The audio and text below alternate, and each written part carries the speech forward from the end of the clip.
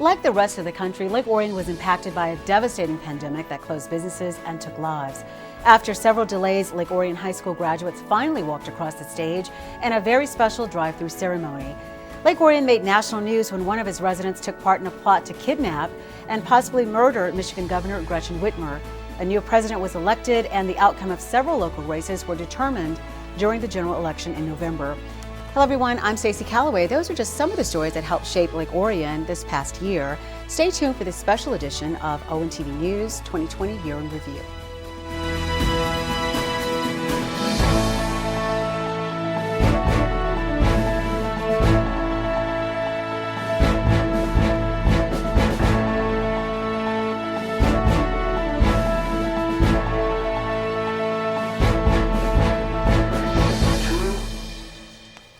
One thing we can all agree upon is that 2020 was a year we will never forget. At the beginning of the year, we greeted each other with hugs and handshakes. We gathered for luncheons and events. Life was normal. Little did we know at the time a global pandemic was right around the corner that would claim over 300,000 lives and bring changes that would affect us all. Here in Lake Orion, 2020 kicked off with an annual 5K race that encouraged participants to start the year on the right foot.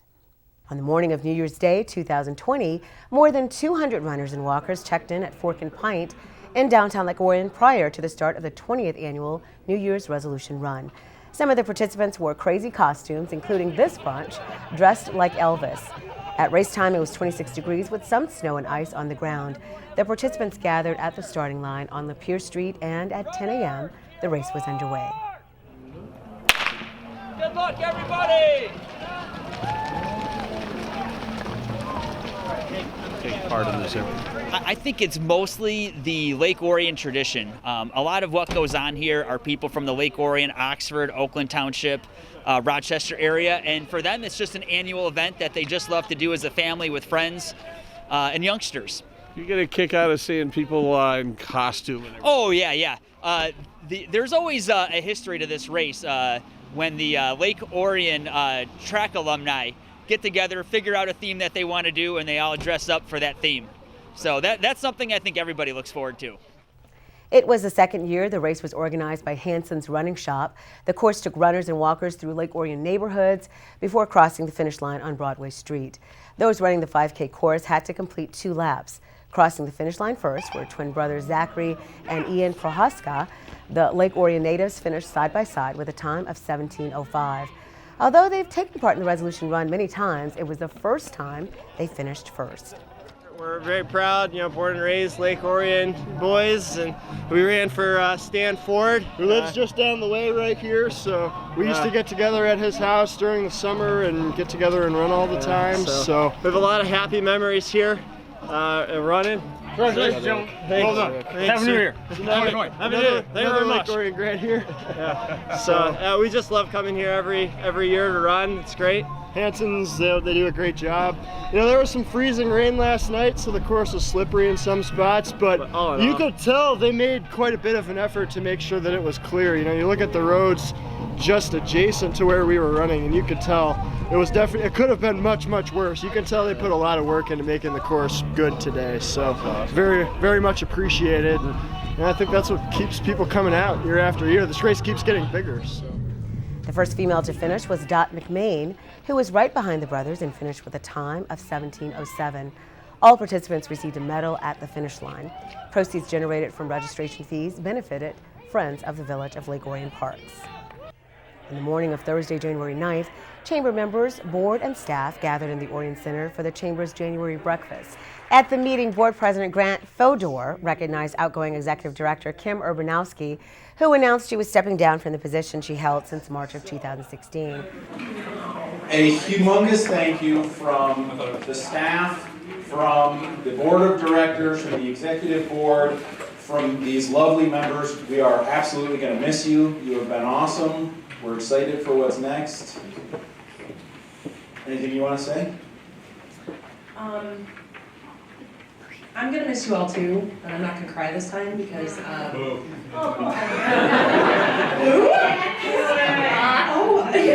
getting ready for me. No, actually, I do want to say There are a lot of really big changes this year in the board, in the staff, obviously. And so I hope that you guys are as excited as I am to see where this goes. And I think that our new director is going to be phenomenal. Fodor then talked about the challenge of finding a candidate to replace Kim Urbanowski. The chamber received approximately 25 applications, and it was up to the board to narrow that down to 5. After multiple interviews, it was announced that Noelle Champagne was selected to serve as the new executive director. We're extremely excited. We are really happy to bring Noelle in. You all know her. She's been part of the chamber now for 8 months, almost a year. 11 months. 11 months now, I'm being told.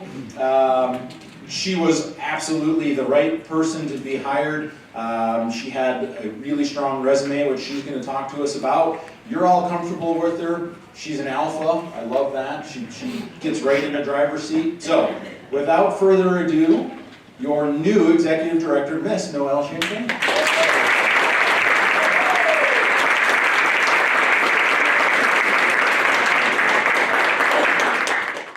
Noelle is a native of Grass Valley, California, where she gained experience working with nonprofits, including a 3.5-year stint with PBS. She came to Michigan 2.5 years ago and began serving as the Chamber's Membership Services Coordinator in February of 2019. I think the things that I'm most excited about with this coming year in the Chamber is having it be a year of growth with new special events, with training seminars, reaching out to our targeted networking groups for home-based businesses and nonprofits, our expos, and really highlighting everything that the Orion business community has to offer to make this a beautiful place to live and a place where living is a vacation. On the evening of Friday, January 10th, the Lake Orion community, including many friends and family, arrived at 313 Pizza Bar in the Village to celebrate the retirement of former Police Chief Jerry Narsh.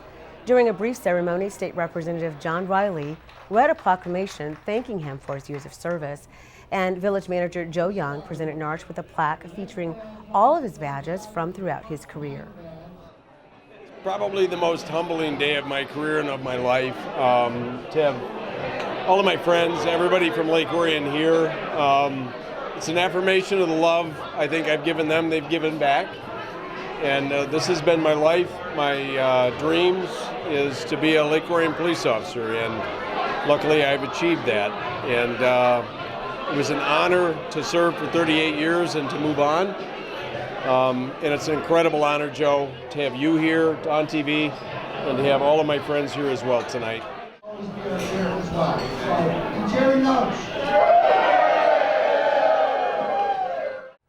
On the evening of Saturday, January 25th, more than 300 people packed the Knights of Columbus Hall to capacity for Trivia Night, a fun event that raises money for Blessings in a Backpack, a program that provides weekend meals to hungry students. Now in its 8th year, Trivia Night invites members of the community to compete in 10 rounds of trivia with hopes of unseating the defending champs, Blanche Sims PTO. Attendees also enjoyed a buffet courtesy of P.F. Chang's. The money is raised by the purchasing of tickets, of lifelines, of drinks, 50-50, and all the money that we raise here tonight goes to provide the support that we need to feed about 300 students every week on the weekends in the Lake Orion School District. Hosting the event were Orion Township Supervisor Chris Burnett and Fox 2 News anchor Dina Sinafani, who told us she looks forward to taking part in the event every year. Well, there's a couple things, actually. First of all, this is a really fun fundraiser. I mean, we are answering trivia questions. Some people are answering trivia questions. It's local. It feels very grassroots. Everybody volunteers. Nobody's getting paid for anything. All of the money goes back into the Blessings in a Backpack for the Lake Orion community. So it's a fun night, and it's also a great reminder of how when we come together, we can make such a difference. On the morning of Saturday, February 1st, dozens of golfers braved frigid temperatures to take part in the 6th annual Ice Cup Challenge hosted by Lake Orion Sunrise Rotary. The course was made up of 9 holes, with 4 at Pelton's Point near the lake and 5 scattered throughout downtown Lake Orion. For the second time in the event's history, the ice was too thin to set up holes on the lake. The goal was to raise $20,000 through ticket sales and sponsorships. We want to thank Frank Rewall and Sons for being our presenting sponsor again this year. The second year of them doing that. We have VersaCore, United Shore Mortgage, 313 Pizza, Oxford Bank, Cuttingham Limp, AKA Architects, Northwestern Mutual, Vinza Law, the Haney Farm Bureau, PNC Bank, Sullivan's, Mayaudiology, Advanced Capital Funding, DM Burr, Joe Kent, the Kelly Law Firm, Curbco, all sponsors, all repeat sponsors, which is very good for us. And we have another sold-out crowd, no ice, but we'll still have fun this year. Internationally, Rotary does a lot of work to eradicate polio, which we're almost there to eradicate that disease. It'd be only the second time that disease has been eradicated. So some of our money goes to that. Some of the money goes to Shelter Box, which is a disaster relief unit that includes a tent and then includes a stove and cooking utensils. And then most of our contributions go here locally in town. We have a Beds for Kids project where we provide beds for the kids in the neighborhood. And then we also do various other projects around town. On the morning of Saturday, February 8th, ONTV went live with its 10th annual 5 or 5 food drive at the Orion Center. Over the course of the next 6 hours, the community was invited to drop off food and monetary donations for a chance to win numerous raffle prizes donated by local businesses, organizations, and even individuals. As donations poured in, visitors were encouraged to check out the live entertainment that performed throughout the day in the banquet room of the Orion Center.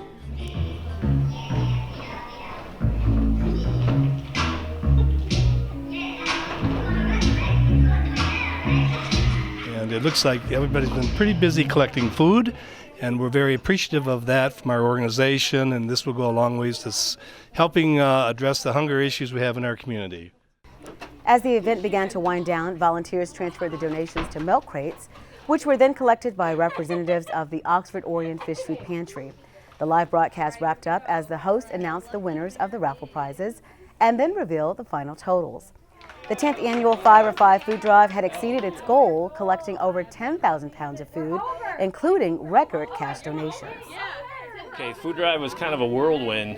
The only way we really met the goal of the 10,000 pounds was the cash donations. The cash donations were a record for us. It was 3,500 plus, which equates to just north of 8,000 pounds.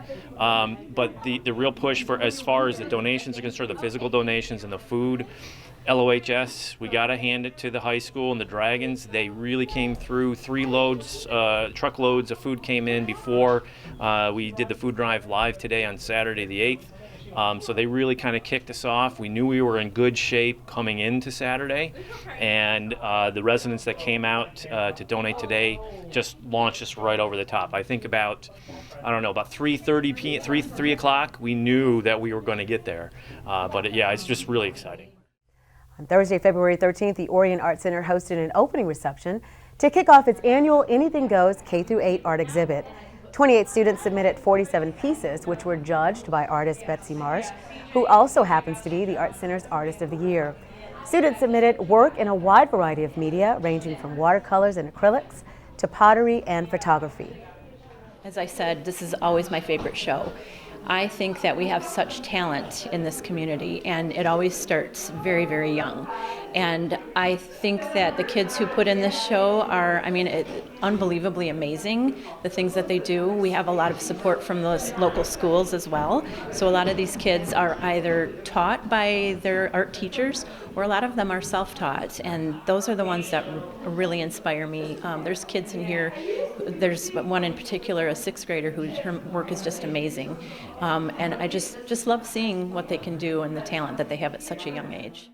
On Wednesday, February 19th, Boulder Point Golf Club in Oxford was the site of the 3rd annual Share the Love fashion show benefiting Love Inc.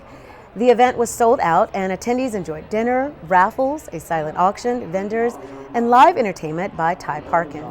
Of course, the highlight of the evening was a fashion show organized by the Boulevard Boutique in Oxford that got everyone excited for spring.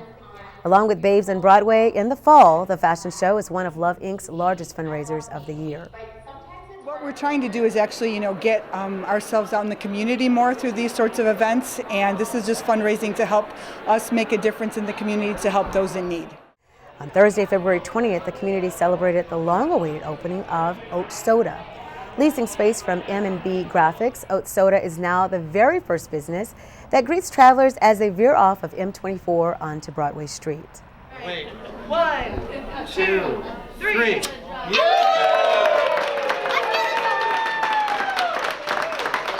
That is the benefit of this location. We have 24 frontage, but we're on Broadway. We have a great view out the back of our restaurant. We opened up the whole wall to look at Pink Creek. So we have views of the lake, we have views of the creek. We open everything up and we're right on the bike trail. We couldn't ask for a better location. On Saturday, February 29th, the Lake Orion Lions Club joined forces once again with the Lake Orion United Methodist Church to host the 5th annual Taste of the Town. 19 different restaurants from the Orion area took part in the event, offering samples of their tastiest dishes. 200 or so attendees were invited to take part in live and silent auctions, as well as a 50-50 raffle. All proceeds benefit the Lions Club and United Methodist Church and their charitable efforts in the community. One of the biggest things that we do is a Christmas basket program, and we feed about 215 families with 2 weeks worth of groceries over Christmas and about 80 single senior citizens. And then we have lots of other Project Kids site. We support Leader Dog for the Blind. If somebody is in need that needed eyeglasses, we would do that. We've just started a new program. It's called Defense Against Diabetes, because diabetes is a leading cause of blindness, and so we're putting money behind programs that promote the prevention of diabetes. On the evening of Wednesday, March 4th, members of the Lake Orion Lions Club came together for their regular meeting at Kings Court Castle on the grounds of Canterbury Village. During the meeting, a brand new member was sworn in. Jacob Leach represents the 4th generation of the Leach family to serve the Lake Orion Lions, following in the footsteps of his father and mother, Jim and Kim Leach. His grandfather, Jim Leach, who joined in 1961 and served for 54 years, and great-grandfather, Sam Leach, who joined in 1947 and served for 52 years. Jacob was sworn in by his mother, with his father standing by his side. Lions Club to me means kind of a community of collectiveness. Just everyone doing their own part to help out their community. On the morning of Saturday, March 7th, approximately 150 fifth graders representing 6 elementary schools and St. Joseph School gathered at Walden Middle School to take part in Battle of the Books. Back in November, the library staff started with 50 books and whittled them down to 12. The students had 3 months to read the books and had to respond to 50 questions during the event, providing the book's title and author for each question. The students formed 31 teams and dressed up in colorful costumes. This is really exciting. So this is actually my first year at Orion as a librarian.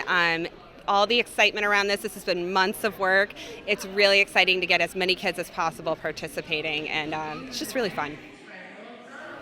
Welcome to the award ceremony for 2020 Battle of the Books.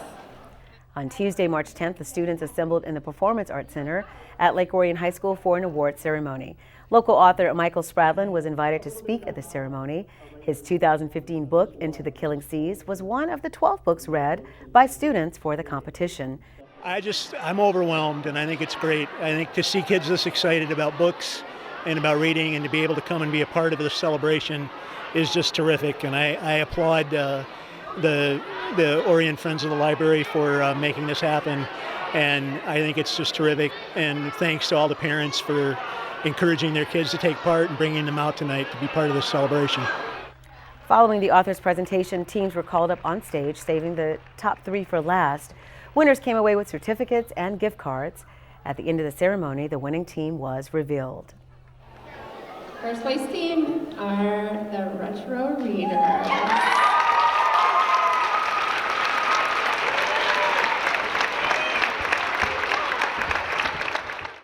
The 2020 Battle of the Books was the last event we would cover here at ONTV News before the world as we knew it was turned upside down. Earlier in the year, the World Health Organization was scrambling to identify the cause of a cluster of pneumonia cases in Wuhan, Hubei province in China. Named COVID-19, it was labeled a pandemic in March. The virus reached the west coast of the United States in January, and Michigan confirmed its first 2 cases on March 10th, the same day as the Michigan primary election. On March 13th, Governor Gretchen Whitmer announced the closure of all Michigan K-12 schools. Lake Orion students were invited to collect any personal belongings on March 16th. Also on March 16th, the governor issued an order to close all bars and restaurants to dine-in customers. The Lake Orion DDA published a list on their website of restaurants offering carry-out, drive-through, and curbside pickup. The Orion Township Public Library closed its doors, as did gyms, salons, and most public places as COVID-19 cases in Michigan passed 50. Stores quickly ran out of staples like bread, meat, toilet paper, hand sanitizer, and cleaning products as people stocked up in anticipation of a lengthy lockdown. Orion Township Supervisor Chris Barnett posted his first update video on Facebook announcing the closure of Township Hall. Good evening, Orion Township. It's Chris Barnett, your Township Supervisor, checking in and giving you a very important community update as it relates to the COVID-19 situation that we are being faced with here, not only in our country, but in our community here in Orion. So I just wanted to let you know that on a regular basis, at least once a day for the foreseeable future, I will be coming to you with important updates via Facebook. The reason we're choosing Facebook is because it's a useful tool that lots of people have access to. And so there will be lots of other updates, and we are doing our best to reach out to everyone in our community, but you'll be getting updates like this from me for a while. So first of all, I want to tell you how proud I am of our community. Today, this morning, we assembled 40 leaders in our community, some in person and some via the internet, to talk about the challenges we are facing.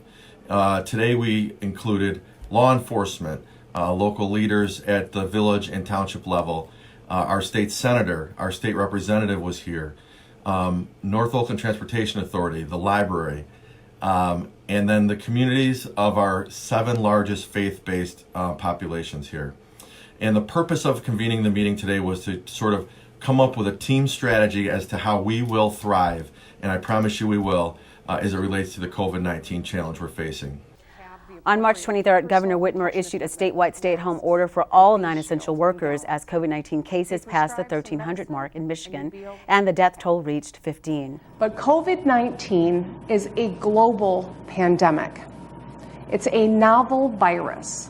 There is no cure. There is no vaccine. The only tool that we have to fight it at the moment and to support our healthcare system to respond is to give them the opportunity by buying some time. And let me tell you why that's so important. We have roughly 10 million people in our state. There is a model that anticipates that if we stay on our current trajectory, just like Italy, over 70% of our people could get infected with COVID-19. Of that 7 million people projected, about 1 million of them would need to be hospitalized. Let me give you a little perspective here.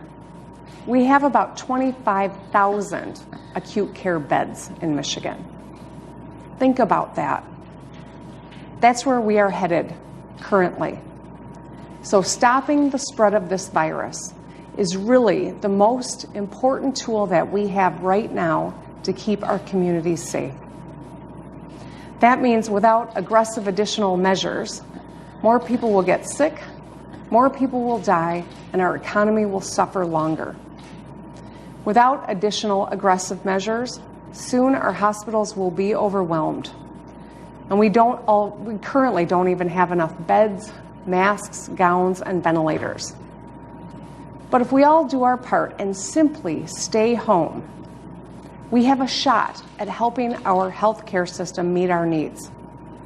Because this disease can't spread person to person if we're not out there.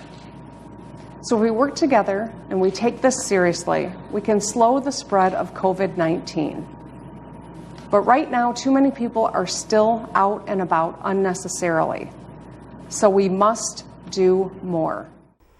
As COVID-19 cases continue to increase and the death toll rose, the governor announced on April 2nd that in-person learning would be suspended for the rest of the school year. Lake Orion Community School Superintendent Marian Janopoulos, who had planned to retire in 2020, expressed her thoughts on Facebook. I really miss all of you, and I had hoped that the message today from Governor Whitmer that we would not be returning to school until the fall is one that would never come. But the reality is, for your safety, for the safety of all of our families and our staff members and their families, returning to our school buildings this year is just not appropriate. You know, as I always talk about, your health and your safety is always and will always be a top priority for all of us in Lake Orion Community Schools. So, my feelings probably mirror yours. I'm disappointed. Quite frankly, I'm frustrated. I'm concerned about the safety and well-being of all of our students in the school district, as well as everyone in the community, in our state, and the world at large. But fortunately, you know, we have a lot of experts in this world who are working day and night at breakneck speed to find a way to eradicate this awful virus. Despite the closing of schools, the district continued to provide meals to students in need. Families were invited to come to the Cirque Building or Carpenter Elementary School every Monday and Thursday from 11 a.m. to noon to receive meals for every child in the household. Enough food was provided to cover breakfast and lunch for several days. As families faced the prospect of lost income due to the extended lockdown, Forgotten Harvest began to offer food to families in need at Civic Center Park in April. A long line of cars pulled up every Monday from 9 a.m. to 1 p.m. to collect milk, fresh produce, and other essentials. Drivers were asked to pop their trunk or hatch as volunteers loaded each vehicle for a contact-free experience. As the pandemic continued, village and township officials tried to find a solution that allowed them to hold meetings safely.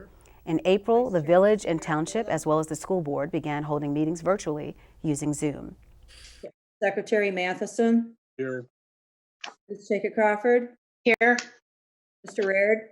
Here. We have a quorum. We do. That's good. Thank you all for the inconvenience in your lives, especially to the board members, but also to those applicants too, because it's kind of an imposition to everybody. So, in an effort to get more accurate numbers and to offer reassurance to those who were sick, Oakland County began to offer drive-through testing in April. ONTV's Joe Johnson visited the Conti complex on April 24th. On April 16th, Oakland County unveiled its new drive-through COVID-19 testing site on the grounds of the Oakland County complex in Pontiac. Tents are set up in the parking lot behind the medical examiner's office at Building 28E. The tests are free, but an appointment is necessary.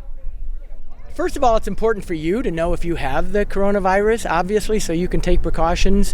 But it's important for our county so that we know where the virus is, what parts of the county it's in, and we can help isolate those people who may be positive so that negative people can go back to work and have confidence that they can interact with the public. I really think that as we begin to reopen the economy, and the governor has started to take some steps on that just today, testing is going to be more crucial than ever. Not just to make sure that people are safe, but to give people confidence that when they go to a business, when they go to a restaurant, that the people there are safe as well. So testing is going to be with us for a while, and it's going to be really important that you get tested. When you arrive for your appointment, you'll never have to leave your vehicle. Just bring some form of ID, staff will perform a swab, and you'll be on your way. It literally takes just minutes. You don't even need insurance information since the test is free, and you'll get the results within 24 to 48 hours. Well, first and foremost, and I think all residents of Oakland County should understand, we have an outstanding public health department.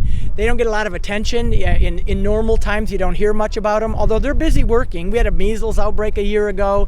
They handled that very professionally. And so we have outstanding men and women in our public health department that are helping, frankly, to advise and guide the directions that I have to take as county executive. And then on the other hand, we have wonderful economic development people. So we're already making plans for when our businesses can reopen, how can we support them so that they can get back on their feet as quickly as possible, because we know Oakland County is the economic engine of Michigan, and it's important not just for us, but for the whole state that Oakland County gets back to work as soon and as safely as possible. To schedule an appointment, call the Health Division's Nurse On Call hotline at 1-800-848-5533. Hours are Monday through Friday from 9 a.m. to 5 p.m. The county is not performing antibody tests just yet. In Pontiac, this is Joe Johnson reporting for ONTV News.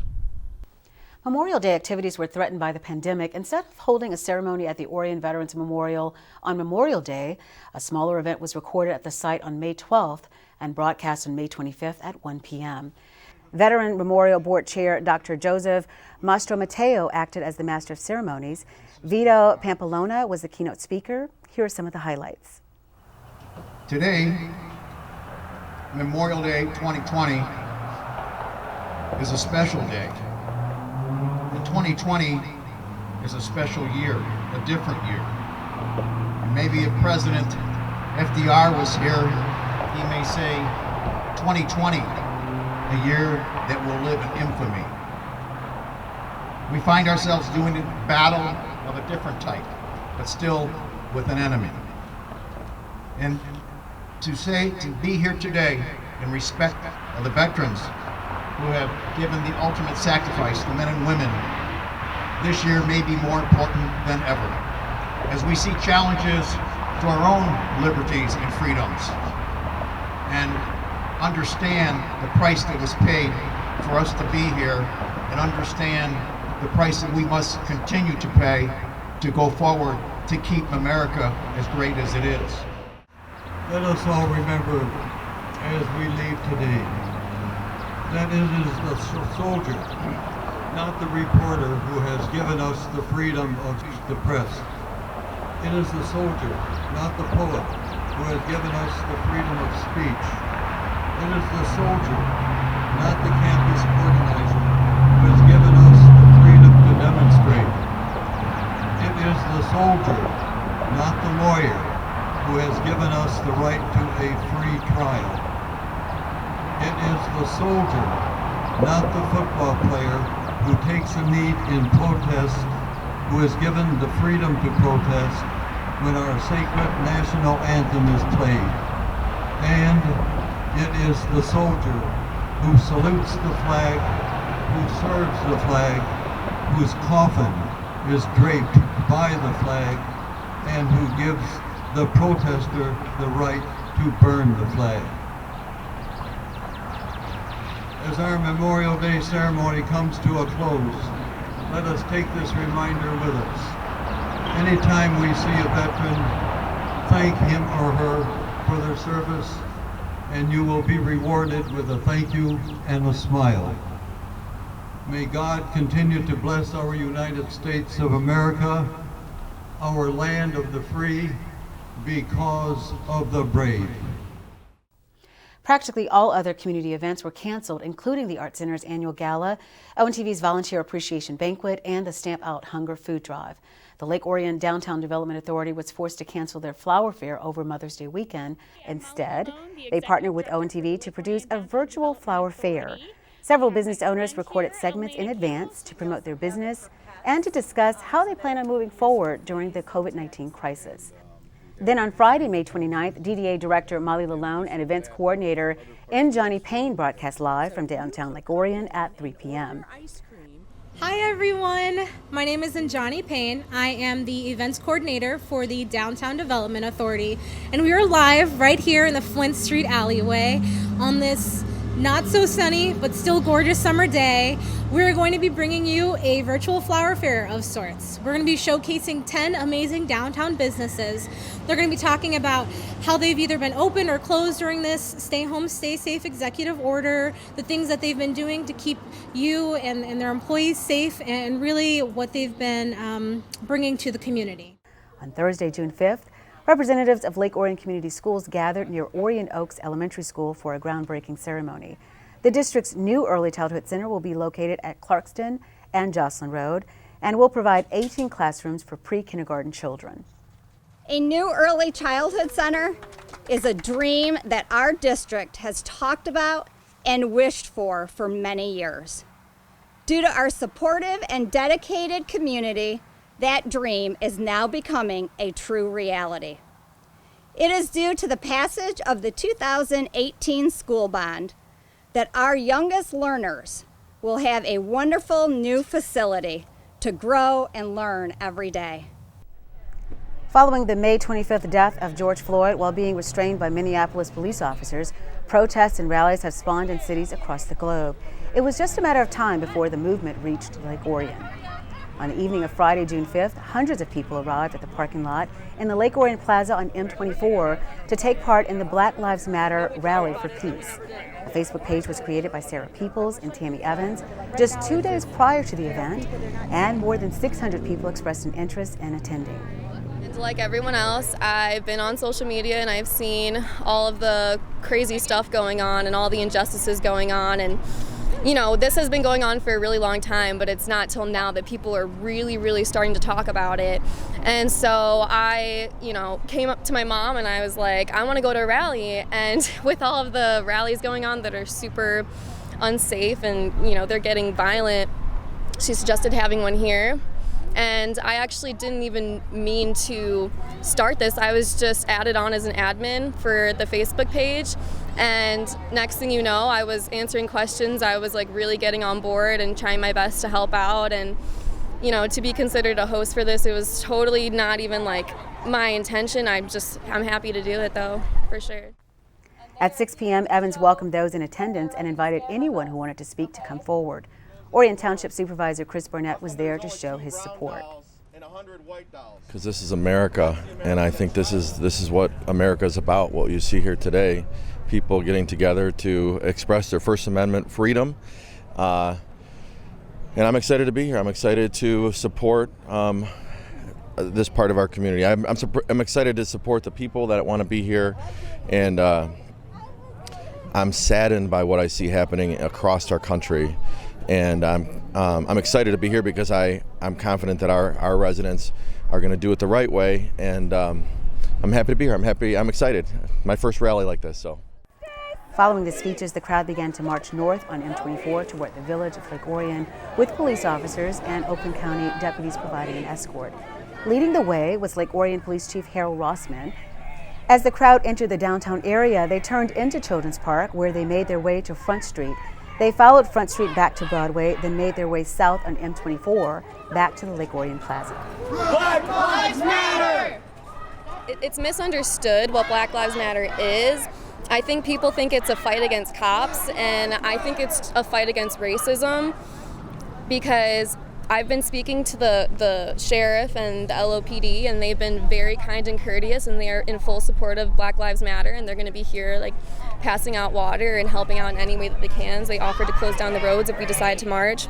So I think people need to understand, like, we need to work together. In Flint, Michigan, I've been seeing a lot of the videos of the sheriff, taking off his uniform and just walking with the people, and that's what we're trying to, that's the environment we're trying to insinuate, is that we can stand together and make a change that way. And hopefully the police officers will be a role model for others in the country, showing their support as well. On Wednesday, June 10th, friends and family gathered in the parking lot of Christ the Redeemer Church on Walden for a very special occasion. The parade of cars made its way to Saturn Drive, where they surprised Anthony Gismondi on his 100th birthday. His family was hoping to celebrate at the Orion Center, but the COVID-19 pandemic disrupted those plans. Were you surprised by all this? Yeah. Well, I was pretty popular because I helped up here at the senior center and make the guys happy, and I did much more in Pennsylvania. I helped a lot of people, and the wife died, and before she died, she said she wanted my daughter to keep me up here. So I came up here. I kind of felt bad because I had lots of friends back there, and I had a big home, nice home that I built, about 80% of the home. On Saturday, June 20th, more than a dozen vendors set up shop in the parking lot of the Orion Center for Orion Township's annual Community Outdoor Garage Sale. Due to the COVID-19 pandemic, it was the first time since March the township was able to host an event for the public. Of course, precautions were put in place. The number of usual vendors was cut in half to allow for social distancing. Vendors were allowed to park their vehicle next to their allotted space, which provided a buffer. Isn't this marvelous to actually have an outdoor event? I think this is one of the first in Orion Township. At least it's the first for Parks and Rec. We are so glad we could make this happen. I've had a lot of customers walk up just thanking me that I didn't cancel it, that we were able to modify the program and offer it to the community this year. In addition to the garage sale, the Orion Township Farmers Market took place simultaneously, giving shoppers a chance to pick up some honey and fresh produce. On Wednesday, June 24th, Superintendent Giannopoulos attended her final Lake Orion School Board meeting, again via Zoom, as her colleagues wished her well. Giannopoulos capped off a 50-year career in education, beginning a stint as superintendent of Oxford Schools in 1993. After retiring in 2000, she was selected to act as interim superintendent with Lake Orion Community Schools to fill in for outgoing superintendent Ken Gutman in 2010. In early 2011, the board voted to extend her contract. Over the next decade, Giannopoulos became quite popular with faculty and students alike. In 2019, she appeared in the homecoming parade as homecoming queen. Mrs. Giannopoulos is currently wearing the 2019 Homecoming Queen crown and sash, which we will be giving to our newly appointed queen on Friday night. But the one thing I do want to especially thank Heidi, when I had cancer 4 years ago, she is the one who stepped up and really worked and really took over and made a huge difference. And I'm most appreciative, Heidi. In closing, I want to thank the board, this board and previous boards that I've worked with for your support throughout these past years. Some years have been more difficult than others, but I'm really grateful to have been allowed to provide the leadership in this school district that has really, in my mind, I am most proud of. I think we have done some amazing things, and it's as a result of the support of the school board and those who have come before you. So with that, I say goodbye, and no 783 board members meetings. Good luck, Rec. Thank you. On Saturday, June 27th, the streets of downtown Lake Orion were closed to traffic for the 2020 Lake Orion High School Grad Parade.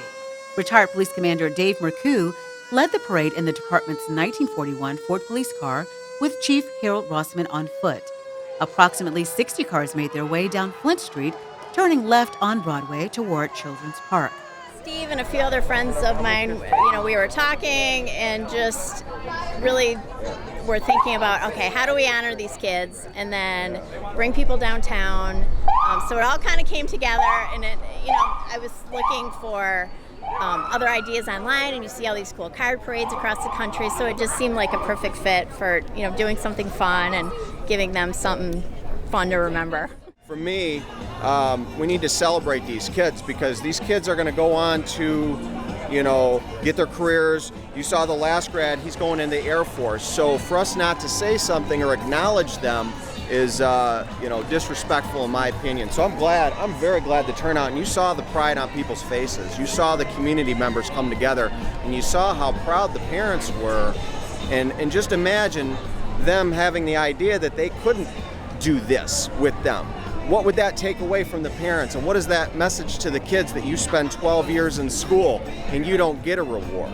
Okay, so we're not gonna dismiss them. We're gonna congratulate them, and we're gonna celebrate you, and that's what this event was about today. During the regular school board meeting on June 29th, the board announced their selection for the new superintendent following a unanimous 7-0 vote.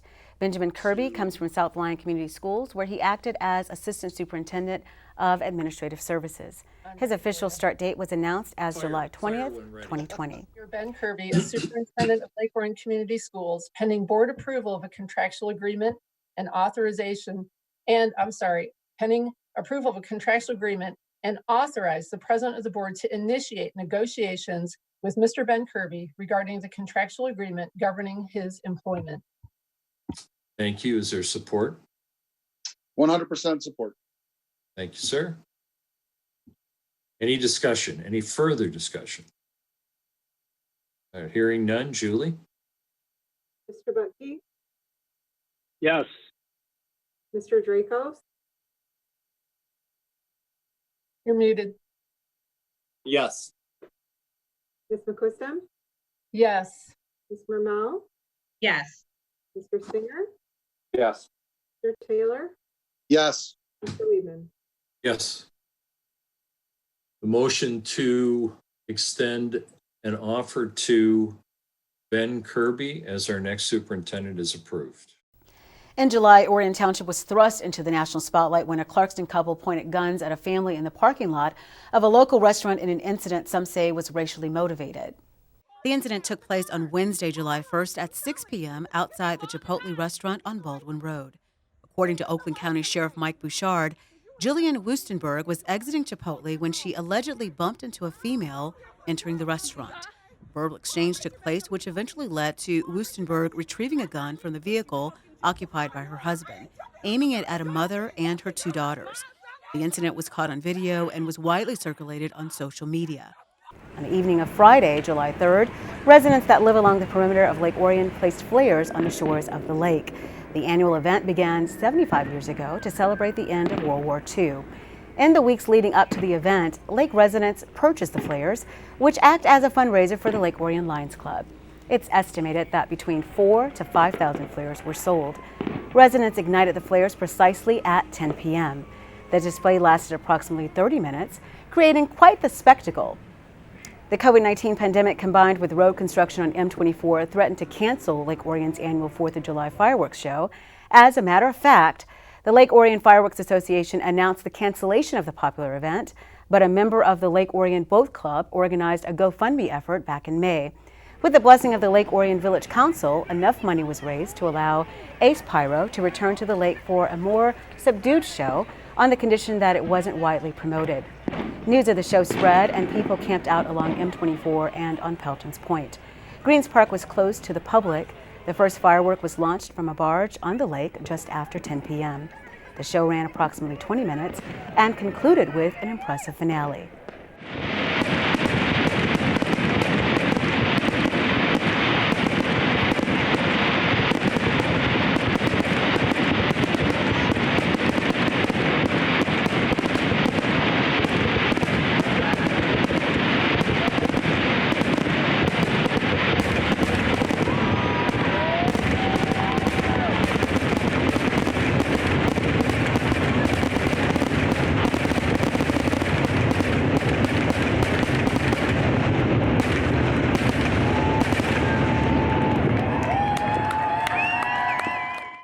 Orion Township's Wildwood Concert Series kicked off on July 7th with the band known as Itchy-Coo Park performing rock from the 60s and 70s. It was a much-needed return to normalcy for those desperate for live entertainment.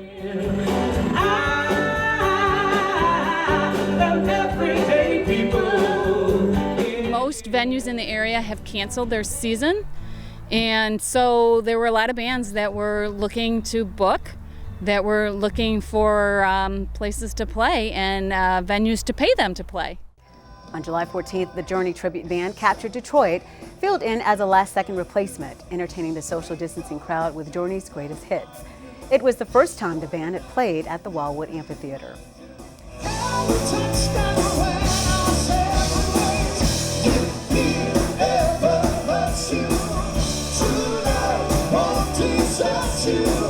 We've been shut down pretty good for about 5 or 6 months now. We've got shows canceling out as far as September now. People are they just don't know where we're going. They just don't know what's happening. So with us though, I would imagine that people that really rely on this for their livelihood are getting hit hard. We're pretty lucky we have other jobs and we have other things. And to sing Journey music, it's not hard to get a group of people together to come and listen to you. So it is affecting us, but we muddle through, and we're out here today going to sing some songs about love and fun and friendship and see what goes on. On the evening of Wednesday, July 8th, the Lake Orion Downtown Development Authority kicked off its Lake Orion live music series with a performance by Steve Taylor at the Gazebo in Children's Park. The COVID-19 pandemic threatened the music series, but the loosening of restrictions in Michigan prompted the DDA to move forward. Thank you, Molly. Thank you to the Lake Orion DDA for putting these concerts on. So many have been canceled this summer, so it's nice to be able to be playing some music outside. On On Saturday, July 11th at 8 a.m., demolition crews used 800 pounds of dynamite to implode what was left of the Palace of Auburn Hills. Hundreds of spectators lined Lapeer Road to witness the collapse of the structure, which within seconds of the detonation charge sent clouds of dust in the air.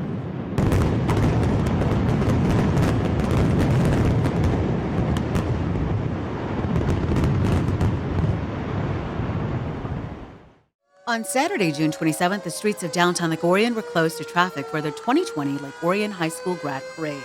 Retired Police Commander Dave Mercu led the parade in the department's 1941 Ford police car with Chief Harold Rossman on foot. Approximately 60 cars made their way down Flint Street, turning left on Broadway toward Children's Park. Steve and a few other friends of mine, we were talking and just really were thinking about, okay, how do we honor these kids and then bring people downtown? So it all kind of came together, and I was looking for other ideas online, and you see all these cool card parades across the country, so it just seemed like a perfect fit for doing something fun and giving them something fun to remember.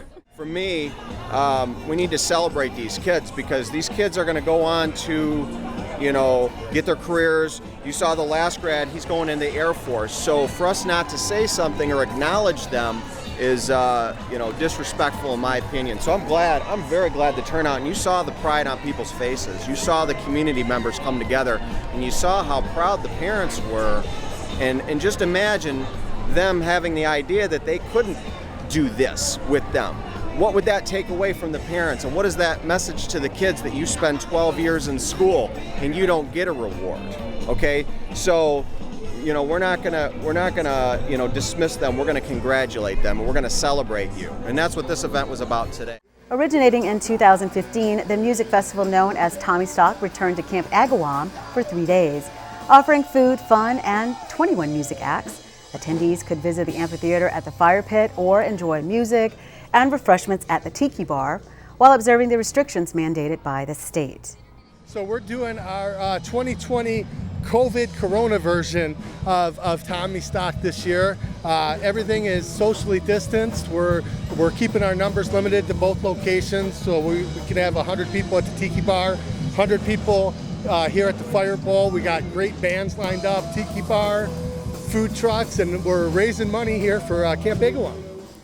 Of course, many events in 2020 were canceled due to the pandemic, but with careful planning, Gallant Buick GMC managed to host a car cruise that benefited a worthy cause. ONTV's Joe Johnson was at the event and put together this story in August.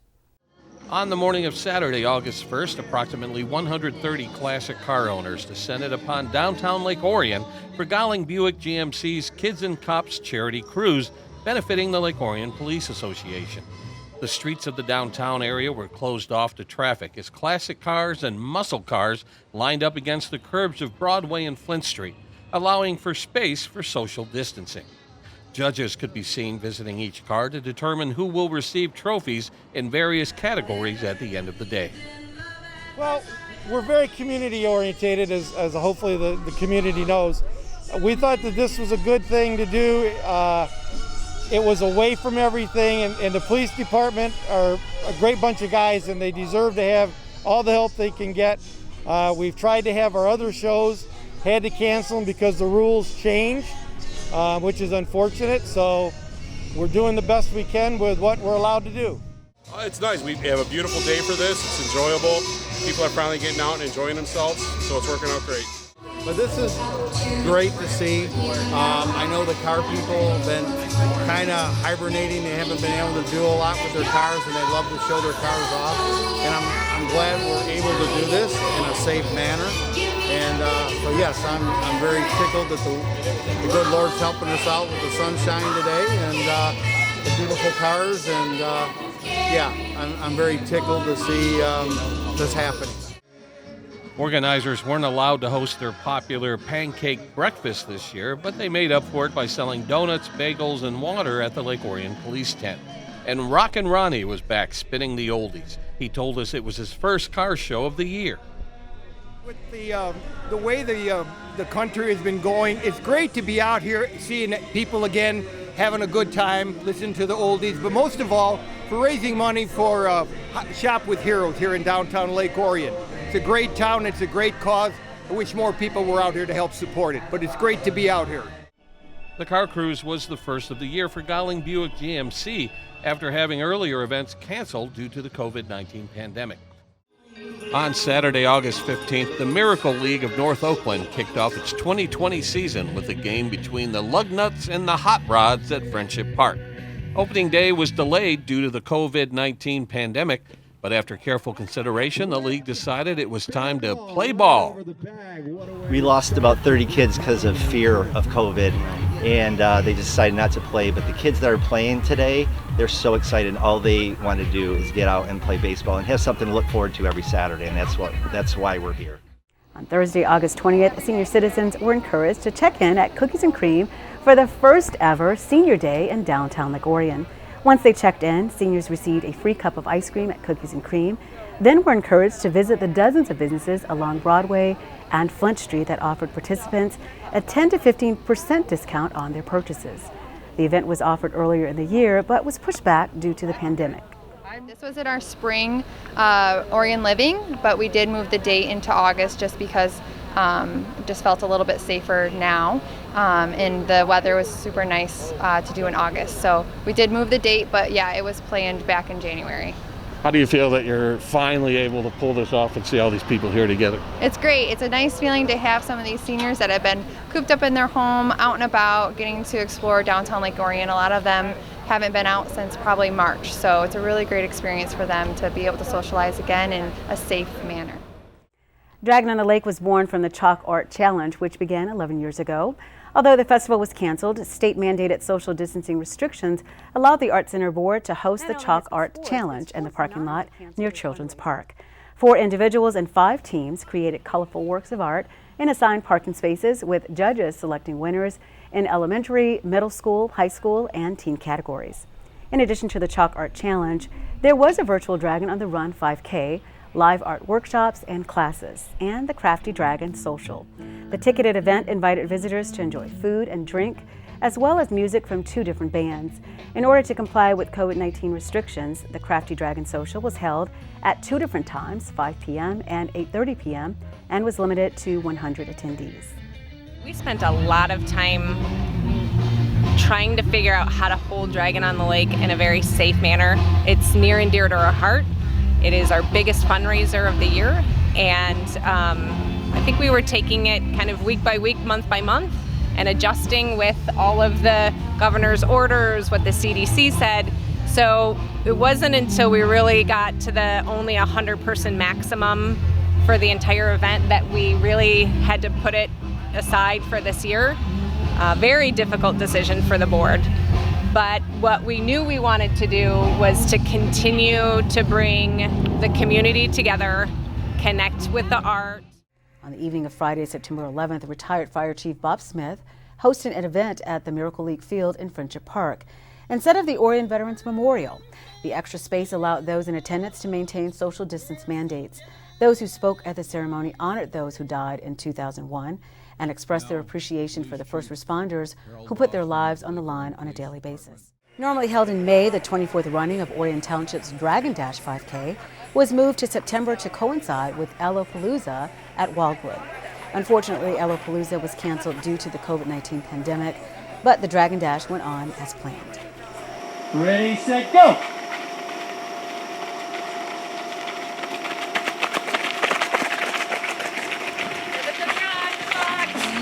We really held off until the last minute. I thought we might have to hold it virtual, but virtual runs are fun.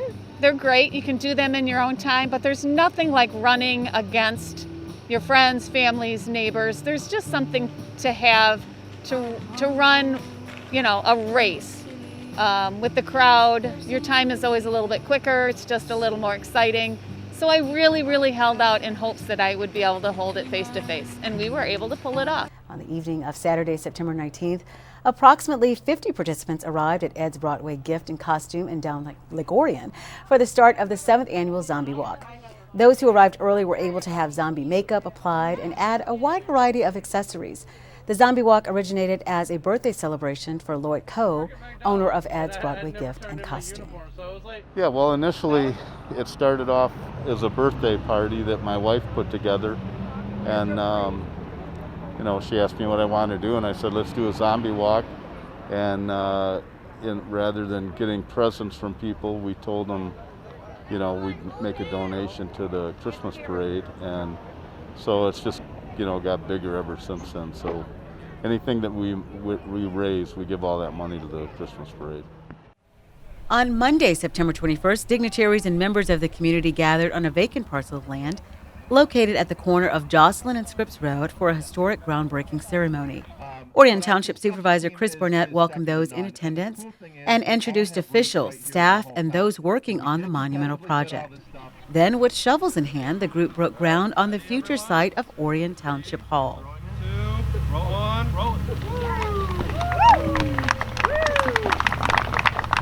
Yeah, so this project is about an $18 million project, and it's pricey, and we know that. But we worked really hard over the last several years. We saved a bunch of money in our savings account, if you will, and then we've created some unique revenue streams. So we are borrowing money. We're borrowing $15 million.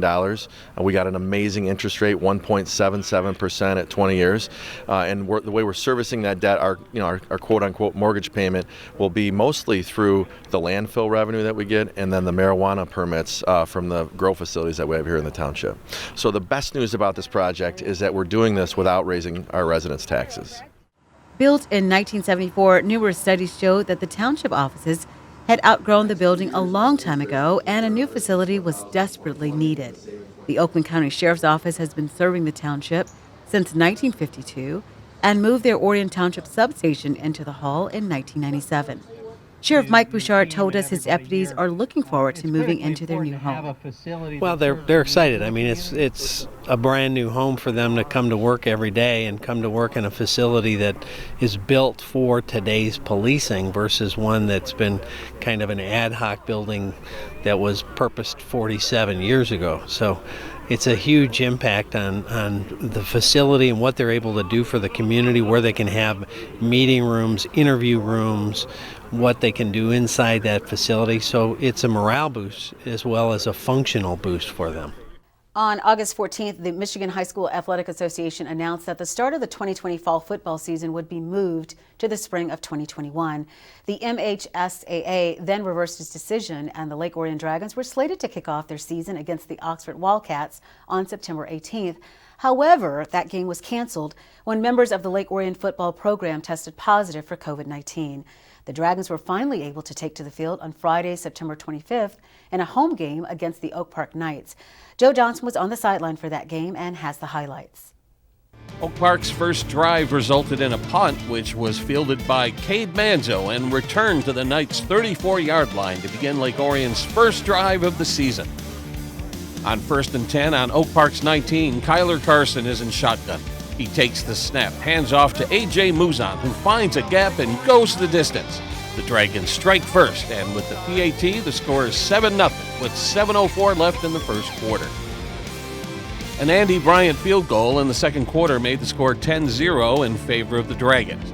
Then, with Oak Park facing a daunting 4th and 36, they're forced to punt from their own 17.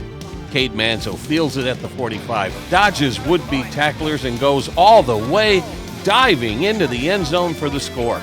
The point after was good, and the Dragons extend their lead to 17-0 with 5:39 left in the first half. Later in the second quarter, Oak Park is facing a 2nd and 7 from their own 35 when quarterback James Burnley is picked off at midfield by Brennan Jones, who returns it to the 14-yard line. On 2nd and goal from the 1 with Dom Bruno under center, he hands the ball off to Nasir Lardell, who goes into the end zone for the score. The Dragons find themselves on top 24-0 as the first half comes to an end. The fourth quarter began with the Dragons threatening to score from Oak Park's 7-yard line. On 3rd and goal from the 1, Drew Knieper is in shotgun. He takes the snap, fakes the handoff, and finds the end zone to extend Lake Orion's lead 31-0 with 10:35 left in the game. Hoping to avoid a shutout, the Knights begin a drive on their own 23. On 1st and 10, Davion Prim takes the handoff, and he is gone. Prim goes 77 yards into the end zone for Oak Park's first score of the game. The PAT was no good, and the score is 31-6 Lake Orion. With 5 minutes left in the game, Lake Orion managed to tack on one more score when Bruno handed off to Brendan Hastings at the goal line. The extra point was good, and the Dragons walk away with a 38-6 win over the Knights. We caught up with head coach John Blackstock after the game. You know, I've said I love this team. What they've been through since March 13th and the up and down roller coaster, and how they have really hung together, and I think going through that has actually pulled them together. We were concerned about leadership going into this year because losing a great senior class last year with outstanding leaders, and our senior class during that whole stay-at-home order really led us, in our small group challenges that we had, and they've brought this team together and answered a lot of questions. All your quarterbacks played tonight. I Yeah. think that was another goal you wanted to get. Absolutely. And you had a real good rotation at running back tonight. Yeah, and we've known that that's probably going to be by committee until one of those guys just, flat out wins it. But we like the committee aspect of it too, because all those guys bring a little different strengths to the table. And same thing with the quarterbacks. I can't say enough about those three kids, Don Bruno and Kyler Carson and Andrew Knieper, handling probably a really tough situation for a 16, 17-year-old kid, and handling it just like champions of really rooting for each other and making the most of their opportunities. So they continue to make it tough on us as coaches. Defense played well. Joey Theed had a lot of big plays tonight. Talk about your defense. Yeah, for our defense to hold those guys to 6, you saw on the one touchdown the ability that they've got. When they get loose, they're gone. We can't match that speed. So we've just really got to play great team defense and have great run fits and work together to keep that ball corralled in. And they did that. Hats off to our defensive staff also, with Rick Powell and Brian Gannon and Troy Anderle and Jamie Witt of coming up with a really sound game plan, and then the kids executing it. Lake Orion made national news when one of its residents, 23-year-old Daniel Harris, was one of 14 suspects charged with plotting to kidnap and possibly murder Governor Gretchen Whitmer. Harris lived at this house on the west side of Tommy Lake, where, according to the FBI, he hosted several of the domestic terrorists in August, including an informant. According to the FBI, it was Harris who suggested killing Whitmer in an encrypted group chat, saying, have one person go to her house, knock on the door, and when she answers it, just cap her. When I put my hand on the Bible and took the oath of office 22 months ago, I knew this job would be hard. But I'll be honest, I never could have imagined anything like this. I want to start by saying thank you to our law enforcement. Thank you to the fearless FBI agents. And thank you to the brave Michigan State police troopers who participated in this operation, acting under the leadership of Colonel Joe Gasper. I also want to thank Attorney General Nessel and the U.S. Attorneys Burge and Schneider and their teams for pursuing criminal charges that hopefully will lead to convictions, bringing these sick and depraved men to justice. On June 5th, a Black Lives Matter rally and march took place in Lake Orion. Representatives of the Boogaloo Boys were present. Among them was Daniel Harris. We caught him on video as he arrives at the event and greets members of the group. You can see Harris in the background as we interviewed Duncan Limp about the Boogaloo Boys. The Boogaloo is basically just a liberty movement. It's based on the belief that everybody has freedom, no race, no creed, doesn't matter. Everybody has the same amount of rights and freedoms, and we're here to fight for that. We are willing to fight for it. That's why we carry our firearms and open carry, exercise our rights. So it's all about just absolute freedom for everybody. You guys know each other, or where are you guys all from? Yeah, so a lot of us are that's my brother. We have family, friends. Also, we have it's very big on social media. So we communicate via social media, different pages, different groups. Like-minded individuals come together. We share ideas. We go to protests, and we just spread the message, and then just try to unite with everybody. A decorated Marine with no criminal background, Harris served from June 2015 to June 2019 and was deployed in Japan for 6 months. Federal officers allege that Harris took part in multiple field training exercises as he prepared for the plot against the governor. According to the Lake Orion Review, deputies from the Oakland County Sheriff's Office assisted the FBI when agents executed a search warrant at his Orion Township home on October 7th. On Saturday, October 17th, Orion Township hosted its popular Boo Bash event at Friendship Park. The annual event had been held at the Orion Center since 2012, but with the ongoing pandemic, organizers had to come up with a plan to host the event while keeping families safe. especially when, everything first started happening in the spring and summertime. I was really worried that we weren't going to be able to pull it off, but as the year went on, we were able to figure out the best way to have this event and still make Halloween special for kids this year. The event ran from 4 p.m. to 7 p.m. and organizers scheduled families in 15-minute time slots. The event sold out quickly with more than 120 kids taking part in this year's Boo Bash. The ongoing pandemic threatened to disrupt Halloween events all over the country, but with safety precautions in place, the Lake Orion DDA went ahead with its plans to provide a safe, fun event for local families. Here's Joe Johnson. On Wednesday, October 21st, Broadway Street was blocked off in downtown Lake Orion for the DDA's Halloween extravaganza. In the past, hundreds of kids would gather at the Eamon Center and parade into the downtown area for trick-or-treating and cider and donuts. But due to the COVID-19 pandemic and government-mandated rules, the DDA had to make some changes to pull off a safe and fun Halloween event for Lake Orion families. In the past, the kids have been the parade, but that involved a very large group of people, and that is what the state has asked us not to do right now. So we were trying to figure out how we could have everybody come down and have a good time, but space it all out.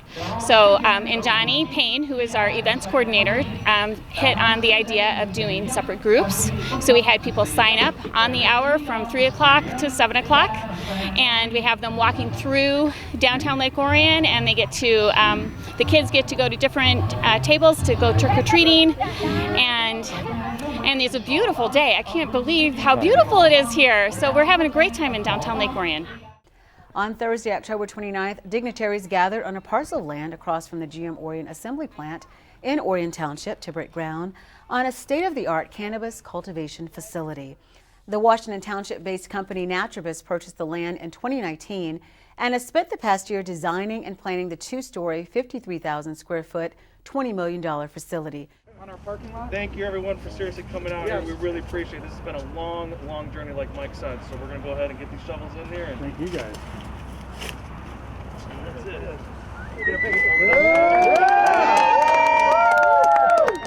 So when we started scouting sites for this mega cultivation facility, we really wanted to be in a suburb of Detroit.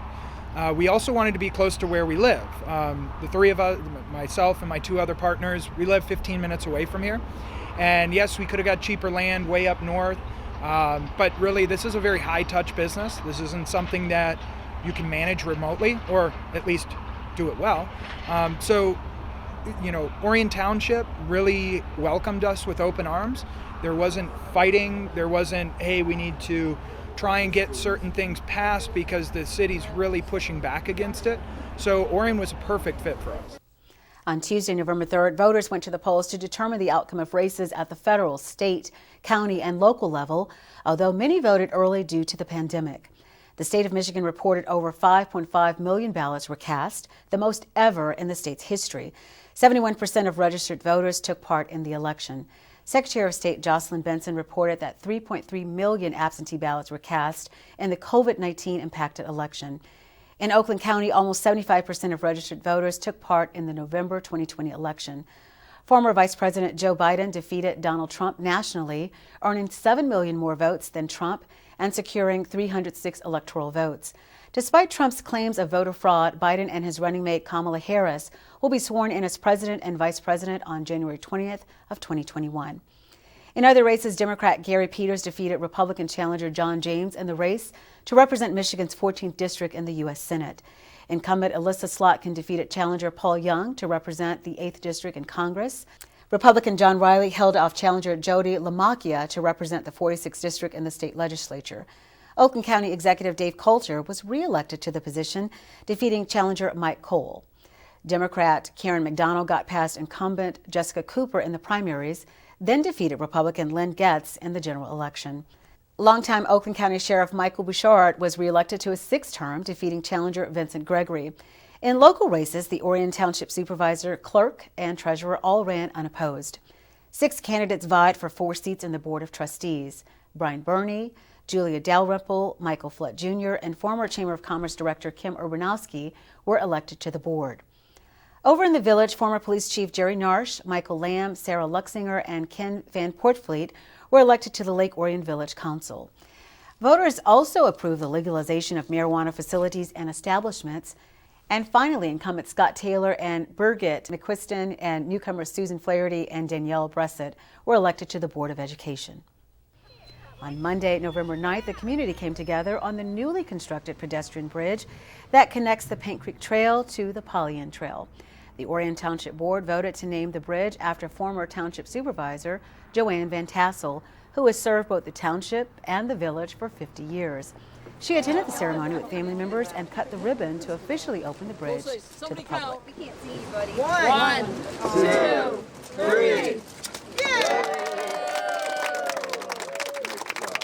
3. Simply awestruck.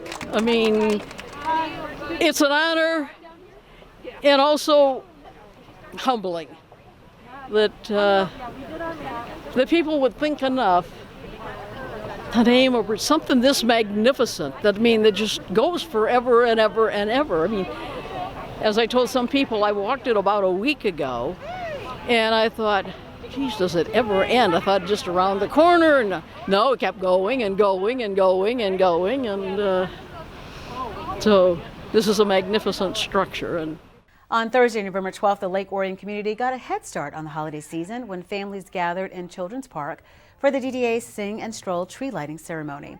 Santa and Mrs. Claus greeted children and posed for photos, while DJ James Jason played Christmas songs for visitors to sing along to.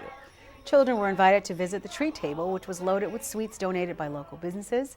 And at 6 p.m., Santa led the countdown to light the Christmas tree and to light up downtown Lake Orion as well. 8, 7, 6, 5, 4, 3, 2, 1. Nova switch. Merry Christmas, everyone. I am so pleased with the turnout. You never know. This year has been funny, and you just don't know what's going to happen.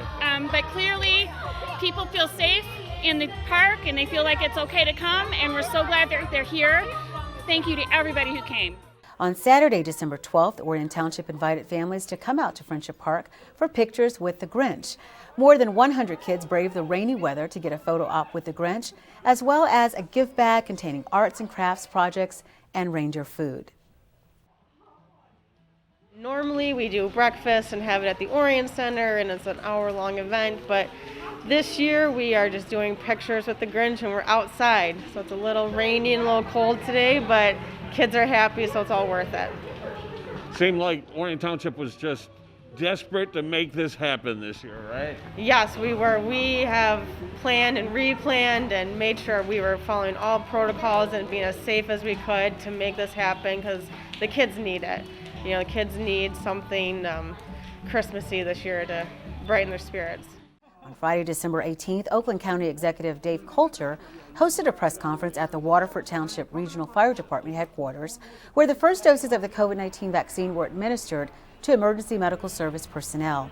The vaccine arrived on Thursday, December 17th, and the first vaccination was given to Steve Cooper, Director of Public Safety for the City of Oak Park. It must have been a luck of the draw. I got up early this morning. I was obviously excited about coming and getting the vaccination, and as I was talking to some colleagues and some others, that we've been in the COVID pandemic for so long now. I think it's very important that we try and get on the other side, the downside of it. I was happy to be first. I trust and I believe in the science. I think it's very important that many others get vaccinated so we can get back to a sense of normalcy that is more conducive. 100 doses of the vaccine were administered at the Waterford Township location, with similar events scheduled to take place throughout Oakland County. This vaccine can't come soon enough. In fact, I'm very sad that it didn't come soon enough for people like Benny Napoleon and the many other people who have been affected by this vaccine. Yesterday marked a milestone in Oakland County, and not a happy one. We now have over 50,000 Oakland County residents who have contracted COVID-19. Sadly, more than 1,400 of those have passed away from this virus. And even though we're excited today that we're beginning the first phases of the vaccination rollout, we know that this is going to take time. We know we need more doses of the vaccine.